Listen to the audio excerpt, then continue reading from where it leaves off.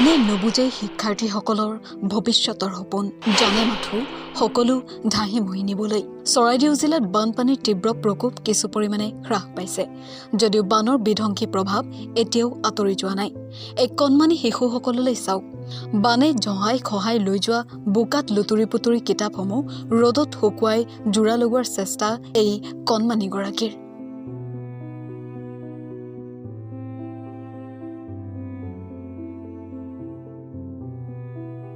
এই আশাত যে কিজানি জোৰা লাগি পুনৰ পঢ়াৰ উপযোগী হৈ উঠে কিতাপসমূহ পঢ়ি ভাল পোৱা এই শিশুসকলৰ কিতাপ বহি বানে উটুৱাই লৈ নিলে পানীতে কিতাপৰ বেগটো উটি গৈছিল বিচাৰি আনি দেখিলো যে এইবোৰচোন আমাৰ এই কিতাপ এতিয়া ৰ'দত মেলি শুকুৱাই আছো পানীতে এইফালেও বেগে চেগে উটি গৈছিলেগে তাৰপৰা আজি বিচাৰি আনি দেখিলো এইখিনি আমাৰে কিতাপ এতিয়া এই ৰ'দত মেলি শুকুৱাই আছো বানৰ প্ৰকোপ কিছু পৰিমাণে ক্ষান্ত হোৱাত পানী আৰু বোকাত লুতুৰি পুতুৰি কিতাপসমূহ ৰ'দত শুকুৱাই পুনৰ পঢ়াৰ উপযোগী কৰিব বিচাৰিছে এই কণমানিসকলে কাৰোবাৰ যদি কিতাপ বহি বানত উটি গ'ল আন কাৰোবাৰ আকৌ পৰীক্ষাৰ মাৰ্কশ্বিটেই হেৰাই গ'ল স্কুল কেতিয়া খুলিব স্কুল আমাৰ 1 তাৰিখে খোলা কথা আছিলে এতিয়া স্কুলতো পানী সোমোৱাৰ কাৰণে 15 তাৰিখ মানে খুলিব কোন স্কুলৰ ছাত্ৰ তুমি মই BPBM HS স্কুল এতিয়া কিতাপখিনি পঢ়িব পৰা অৱস্থাত আছে জানো এইখিনি পঢ়িব পৰা ইমান নহ'ব তথাপিতো ৰ'দত দিছো কি হয় দেখা বোকা লাগি আছে পঢ়িব পৰা হ'লে হ'ব নহ'লেতো আৰু দিগদাৰ হ'ব কি আহ্বান জনাবা তুমি জিলা প্ৰশাসনক একো আগবাঢ় যাব নাই কিন্তু কিতাপখিনি আৰু শুকালে আৰু কি হয় আৰু দিয়া নতুন কিতাপ দিবলৈ জানো স্কুল কোৱা মতেতো 3 তাৰিখৰ পৰা খোলা কথা আছিল এতিয়া স্কুল আমাৰ পানী হৈছে গতিকে বাইদেৱে কৈছে 10 তাৰিখ মানলৈকে মানে বন্ধ হ'ব তাৰপিছত খুলিব এতিয়া কিতাপবোৰ তুমি দেখিলো আমি উটি যোৱা কিতাপবোৰ বিচাৰি আনি এই ৰ'দত দি আছা কেতিয়া উটি গৈছিলে এইখিনি বানপানীৰ দিনা মানে যোনদিনা হৈছিলে দেওবাৰ দিনা সেইদিনা আজি বিচাৰি পাইছা আজি মানে ভিতৰতে আছিলে পানী হৈ আছিলে যে সোমাব পৰা নাছিলো এতিয়া মানে পানী শুকাইছে যে উলিয়াই আনি মানে কিতাপখিনি শুকুৱাইছো কেনেকুৱা অৱস্থা হৈছে পঢ়িব পাৰিবা নে এইখিনি কিতাপ পঢ়িবতো পৰাটো নেযাব এতিয়া গোটেই পানী বৈ আছে বোকা লাগি আছে সেইখিনি এতিয়া ৰ'দত দিলেও মানে ভালকে হেৰি কৰা নহ'ব আৰু মোৰ মেট্ৰিকো আহিছে এবাৰ মেট্ৰিক দিম মই চাৰ্টিফিকেট খিনিও ৰ'দত দি আছা সেইবিলাক মানে প্ৰাইজ পোৱা আৰু খেলৰ গান গোৱা কবিতা গোৱা তাৰপিছত কেৰম খেলা চেছ খেলা সেইবিলাকৰ সকলোবিলাক উজনিত বানৰ প্ৰকোপ কিছু ক্ষান্ত হলেও এই বানে কিতাপৰ লগতে উঠুৱাই লৈ গ'ল শিক্ষাৰ্থীসকলৰ সপোন এই বানৰ বিভীষিকাই কাঢ়ি ল'লে বহুতৰ জীৱিকাৰ একমাত্ৰ উপায় বানৰ বিভীষিকাৰ অন্য এটি দৃশ্য কৃষিকাৰ্য আৰু পশুপালন কৰি জীৱিকা উপাৰ্জন কৰা এই পৰিয়ালটোলৈ চাওক বানত নিজৰ উপাৰ্জনৰ সকলো উপায় হেৰুৱাই পেলালে এই পৰিয়ালটোৱে নিজৰ সন্তানক পঢ়াবলৈ এই পৰিয়ালটো সম্পূৰ্ণৰূপে নিৰ্ভৰ কৰিছিল গাখীৰ বিক্ৰীৰ ওপৰত কিন্তু বানত নিজৰ 25জনী গৰু আৰু 20টা ছাগলী হেৰুৱাই এতিয়া উপায়হীন এই পৰিয়ালটো বানপানী যোৱাৰ পিছত আমি মানে বানপানী যিদিনা হয় সেইদিনা আমাৰ অৱস্থা একেবাৰে বেয়া আমি মানে কোনো ৰকমে আমাৰ জীৱন মানে ৰক্ষা কৰিব পাৰিলোঁ আৰু অকণমান যদি বাঢ়িলেহেঁতেন আমি তেতিয়া পানীৰ সোঁতত উঠি গ'লোগৈহেঁতেন গৰু ছাগলীবিলাকতো গ'লে মানুহকেইটাও যোৱা আমাৰ সম্ভাৱনা আছিলে গৰু আমাৰ আছিলে 25টা ছাগলী আছিলে 20টা আৰু কুকুৰাও গ'লগৈ তেনেকৈ আমাৰ মানে গৰু ছাগলী আমি ৰক্ষা কৰিব কোনো পধ্যেই নোৱাৰিলোঁ মানুহকেইজনো যোৱা আমাৰ সম্ভাৱনা আছিলে প্ৰথম দিহে আমাৰ গাঁৱৰ ল'ৰাবিলাক আহিছে যদিও আমাৰ উদ্ধাৰ কৰিবলৈ মানে পানীৰ সোঁতত আহিবলৈ অসুবিধা হোৱাৰ কাৰণে আমি মানে সেইদিনা আমিও গ'লোগৈহেঁতেন আমি গাখীৰ বিক্ৰী কৰি চলি আছিলোঁ আমাৰ পৰিয়ালটো তেনেকেই পোহপাল দি আছিলোঁ এতিয়া চৰকাৰক আমি বিনম্ৰভাৱে আহ্বান জনাইছোঁ তেওঁলোকে যাতে আমাক এই পৰিয়ালটি যিকোনো প্ৰকাৰে যাতে আমাক সুবিধা আগবঢ়ায় আমাক নহ'লে কোনো মানে পথেই নাই আমি গাখীৰ চাখীৰ বিকিয়ে যেনে তেনে চলি আছিলোঁ কলেজৰ যিকোনো কিতাপ পত্ৰই হওক অহা যোৱাই হওক মানে সেইবোৰ চব আমাৰ গৰুৰ দ্বাৰা গৰু ছাগলীখিনিয়ে দেউতাই মানে পোহপাল দি সেনেদৰে আমি উপাৰ্জন কৰি চলি আছিলোঁ অহা যোৱা কৰা যিয়ে হওক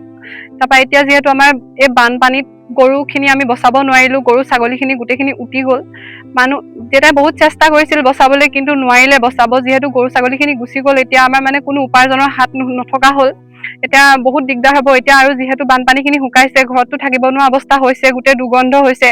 কিতাপ পত্ৰবোৰ শুকুৱাইছো নাজানো এইখিনি আগৰ নিচিনা হ'বনে নাই কিন্তু আকৌ সেনেদৰে চলিবলৈ বা সেইখিনি গৰু ছাগলী সেনেকে উপাৰ্জন এটা আগবঢ়াবলৈ বা সেনেকুৱাখিনি কৰিবলৈ বহুত কষ্ট হ'ব তো সেইটো কাৰণে চৰকাৰক অনুৰোধ জনাইছো যাতে কিবা এটা সহায় সহযোগিতা কৰে সেইটোৱে আহ্বান জনাইছো তোমালোকে গাই গৰু গাখীৰৰ পৰাই জীৱিকা নিৰ্বাহ গৰু গাখীৰৰ পৰা গৰু গাখীৰ বিক্ৰী কৰি হয় বিক্ৰী কৰি এতিয়া কি হ'ব এতিয়া গৰুখিনিতো গ'লগে এতিয়া কি কৰিব আৰু সেইটোৱে আৰু চৰকাৰক অনুৰোধ জনাইছো কিবা এটা সহায় সহযোগিতা যাতে কৰে তেতিয়া আকৌ সেনেকে কিবা এটা উপায় আগবঢ়াব বৰ্তমান সময়লৈকে প্ৰশাসনৰ মানুহ আহিছে বৰ্তমান সময়লৈকে প্ৰশাসনৰ মানুহ সেনেকে অহা নাই বিভিন্ন ধৰণৰ এনেকে চাউল দাইল এনেকে কিবা কিবি দিছে সেনেকে আৰু বেলেগ যিকোনো ধৰণৰ গোটৰ পৰা কিবা কিবি সহায় সহযোগিতা সেনেকে খোৱা বোৱা আগবঢ়াইছে বাৰু প্ৰশাসনৰ ফালৰ পৰা জৰীপ কৰিব এতিয়া কি আহ্বান জনাবা জৰীপ কৰা প্ৰশাসন লোক আহে যদি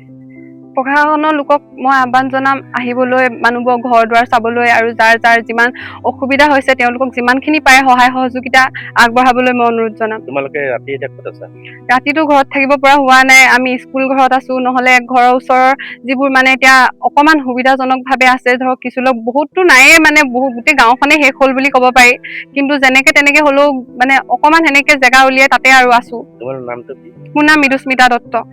কোন কলেজত পঢ়া মই সোণাৰী কমাৰ্চ কলেজত পঢ়ি আছো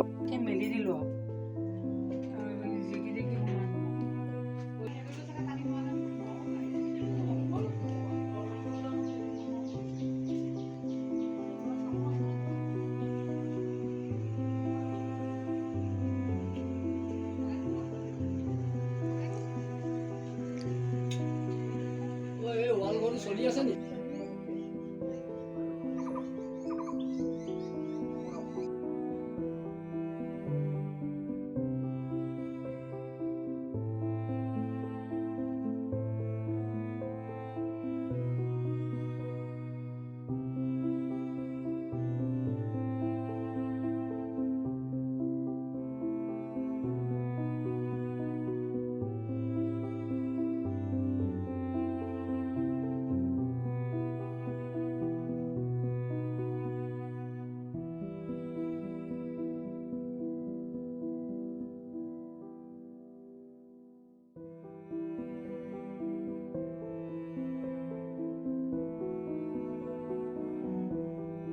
নিজৰ পোহনীয়া গৰুৰ গাখীৰ বিক্ৰী কৰিয়েই চলিছিল এওঁলোকৰ ঘৰখন কিন্তু এইবাৰৰ বলিয়া বানে